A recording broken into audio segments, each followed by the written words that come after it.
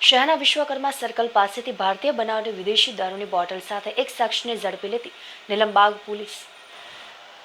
Police સ્ટેશનનો staff તેમના post વિસ્તારમાં પેટ્રોલિંગમાં હતું તે વેળાએ ખાનગી રાહે બાતમી મળેલ કે શહેરના વિશ્વકર્મા સર્કલ પાસે એક વ્યક્તિ પોતાના કબજામાં ભારતીય બનાવટી દારૂની બોટલ લઈને ઉભેલો છે. જ્યાં જઈને તપાસ કરતા